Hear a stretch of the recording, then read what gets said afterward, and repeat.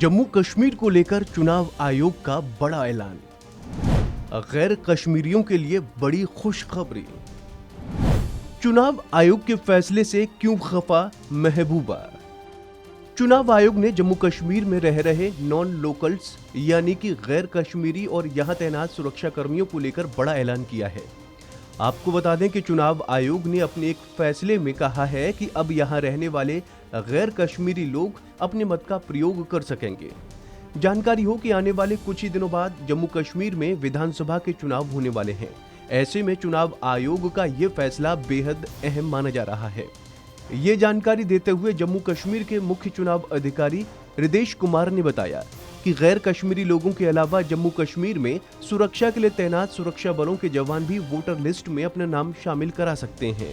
हृदेश कुमार ने बुधवार को बताया कि जम्मू कश्मीर में इस बार करीब 25 लाख नए वोटरों का नाम वोटर लिस्ट में शामिल होने की उम्मीद है। उन्होंने बताया कि कर्मचारी, छात्र, मजदूर और कोई भी गैर स्थानीय जो कश्मीर में रह रहा है वो अपना नाम वोटर लिस्ट में शामिल करा सकता है। उन्होंने बताया कि वोटर लिस्ट में नाम शामिल कराने के लिए स्थानीय निवास प्रमाण पत्र की भी जरूरत नहीं है। इसके अलावा जम्मू कश्मीर में तैनात सुरक्षा बलों के जवान भी वोटर लिस्ट में नाम शामिल कराकर वोटिंग कर सकते हैं। गौरतलब है कि अनुच्छेद 370 के निरस्त होने के बाद से अब तक जम्मू कश्मीर में सभी राजनीतिक पार्टी चुनाव कराने की मांग उठाती रही हैं।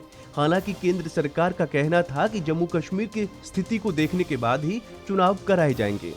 फिलहाल जम्मू कश्मीर को विशेष राज्य का दर्जा देने वाले अनुच्छेद 370 के निरस्त होने के बाद पहली बार मतदाता सूची में विशेष संशोधन हो रहा है। ऐसे में उम्मीद है कि इस बार बड़े पैमाने पर बदलाव होगा। इतना ही नहीं, 3 साल में बड़ी संख्या में युवा 18 साल या उससे अधिक उम्र के हो गए हैं। हृदेश कुमार ने बताया कि 15 सितंबर से वोटर लिस्ट में नाम शामिल कराने की प्रक्रिया शुरू हो जाएगी। ये 25 अक्टूबर तक चलेगी। हालांकि 10 नवंबर तक दावों और आपत्तियों का निपटारा किया जाएगा। हृदेश कुमार के मुताबिक जम्मू कश्मीर में 18 से अधिक उम्र के करीब 98 लाख लोग हैं, जबकि अंतिम मतदाता सूची के अनुसार सूचीबद्ध मतदाताओं की कुल संख्या 76 लाख है। वहीं चुनाव आयोग द्वारा ये फैसला लेने के बाद जम्मू कश्मीर की पूर्व मुख्यमंत्री महबूबा मुफ्ती ने इस मामले को लेकर केंद्र सरकार पर निशाना साधा है। उन्होंने ट्वीट किया। उन्होंने केंद्र और बीजेपी पर आरोप लगाते हुए कहा, जम्मू कश्मीर में चुनाव को स्थगित करने संबंधी भारत सरकार का फैसला पहले बीजेपी को लाभ पहुंचाने और अब गैर स्थानीय लोगों को वोट देने की अनुमति देने का फैसला चुनाव परिणामों को प्रभावित करने के लिए है। असली उद्देश्य स्थानीय लोगों को शक्तिहीन करके जम्मू कश्मीर पर शासन जारी रखना है। इधर जम्मू कश्मीर के पूर्व सीएम और नेशनल कॉन्फ्रेंस के नेता उमर अब्दुल्ला ने भी ट्वीट कर पूछा कि क्या बीजेपी जम्मू कश्मीर के वास्तविक वोटरों को लेकर इतनी असुरक्षा महसूस कर रही है कि उसे चुनाव जीतने के लिए अस्थायी वोटरों को आयात करने की जरूरत है। उन्होंने कहा, जब जम्मू कश्मीर के लोगों को अपने वोट का प्रयोग करने का मौका दिया जाएगा तो इनमें से कोई भी चीज बीजेपी के काम में नहीं आएगी।